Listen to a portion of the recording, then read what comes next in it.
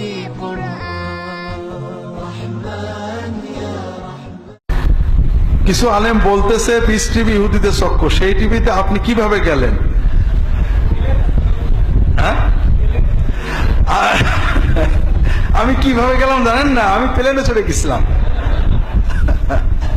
কথা হলো ভাইরা, আসলে তো সময় দেরি হয়ে যাচ্ছে, আলহামদুলিল্লাহ সময় আছে। যেটা বলছিলাম, কথা হলো কিছু আলেম বলছেন পিস টিভি ইহুদিদের চক্র। এটা অবশ্য খুব গুরুত্বপূর্ণ কথা। আপনাদের জানা মতে পিস টিভি দেখে মুসলমান ইহুদি হয়ে গেছে কয়েক লক্ষ, ঠিক না? হ্যাঁ হ্যাঁ, তা কি হয়েছে? আমি বলছি আপনাকে, আমি নাম বলছি না, চাঁদপুরে ছিলাম। চাঁদপুরে এক ডাক্তার, এফসিপিএস ডাক্তার, শিশু বিশেষজ্ঞ, তিনি বলছেন যে আলেমরা জাকির নায়কের বিরুদ্ধে বলে, আমি অত বুঝি সুঝি না, আমি খুব উচ্চশিক্ষিত ডাক্তার, ভদ্রমানুষ, লম্বা দাড়ি, বলে আমার এখানে একটা হিন্দু আছে কর্মচারী, অনেক আগে থেকে, শুধু জাকির নায়ক শুনে শুনে সে মুসলমান হয়ে গেছে আজ থেকে 4 বছর আগে। না, আমি যেটা বলছি এটা চাঁদপুরে মুসলমান হয়েছে, কনভিন্সড, সে পড়েছে মিলিয়েছে, মুসলমান হয়ে গেছে। এটা তো আমরা টিভিতে যেটা দেখি এটা শুধু না, এর বাইরে হাজার হাজার মানুষ এগুলো দেখে, পড়ে, আলোচনা করে। তাহলে আমরা জানলাম জাকির নায়কের লেকচারে কয়েক লক্ষ মুসলমান ইহুদি হয়ে গেছে, ঠিক না? নিঃসন্দেহে তিনি ইহুদিদের দালাল। আর নাকি আপনারা মনে করেন ইহুদিরা টাকা পয়সা দিয়ে এমন দালাল রেখেছে যার দ্বারা লোকজন ইহুদি ধর্ম ছেড়ে মুসলমান হয়ে যাচ্ছে? এরকম হয় নাকি? বিএনপি এমন দালাল রাখছে, দালাল শুধু লোক আওয়ামী লীগে নিয়ে যাচ্ছে, এরকম হবে নাকি?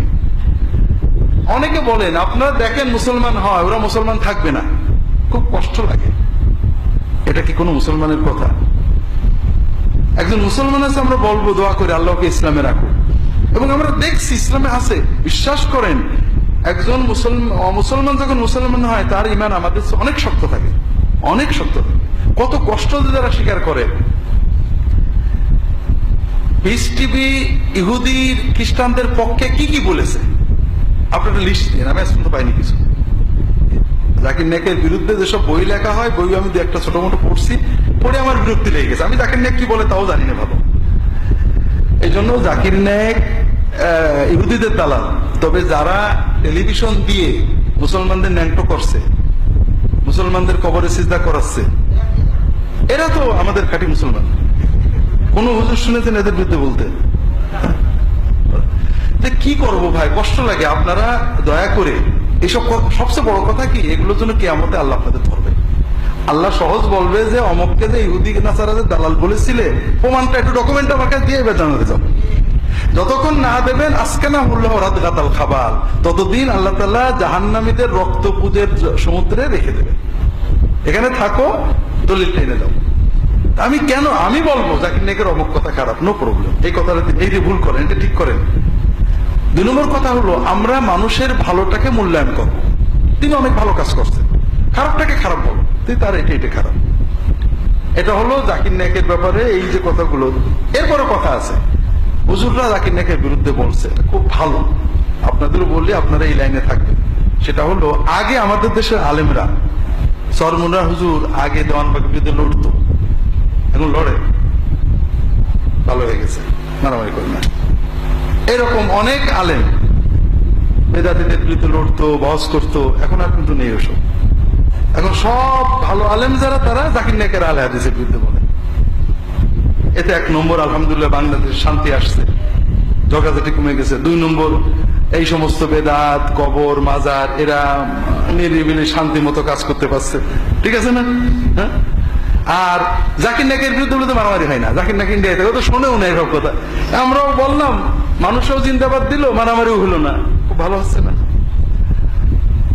আর একটা জিনিস আমাদের দায়ীরা বলে, জাকির নায়কের বিরুদ্ধে বললে আল্লাহ কেমন খুশি হন জানি না, শয়তান কেমন খুশি হয় তাও জানি না, তবে খ্রিস্টান প্রচারকরা খুব খুশি হয়।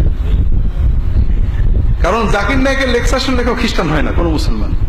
এই জন্য ওই জাকির নায়কের কথা তুললে ওরা বলে, দেখো না হুজুরা জাকির নায়ক বলে মিথ্যাবাদী, ওর কথা শুনতে ও মিছে কথা কয়।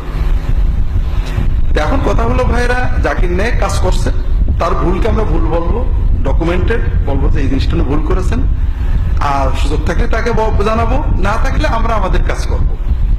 সবচেয়ে বড় যে আমরা বাংলাদেশের 1 লক্ষ আলেম প্রত্যেকে 1 কোটি বার বলবে জাকির নায়েক ইহুদি দালাল, জাকির নায়েক দেখো না, তাদেরকে জাকির নায়েকে দেখা বন্ধ হবে?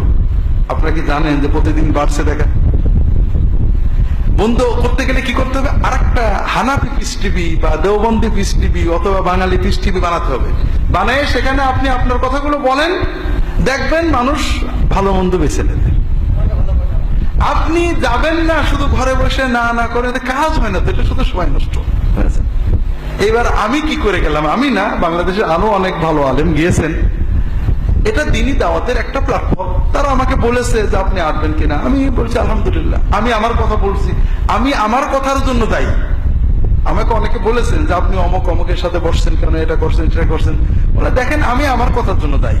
আমি এটাকে দিনই দাওয়াতের একটা প্ল্যাটফর্ম মনে করছি। আমি গুনাহগার, মরে যাব, আমার কথাটা বেশি লোকের কাছে যাওয়ার সুযোগ নেই। পিস টিভির মাধ্যমে কয়েক লক্ষ মানুষের কাছে যাবে, তা আলহামদুলিল্লাহ। এ দেখে যদি 2-1 জন লোক উপকৃত হয়, আলহামদুলিল্লাহ, আমি গেছি।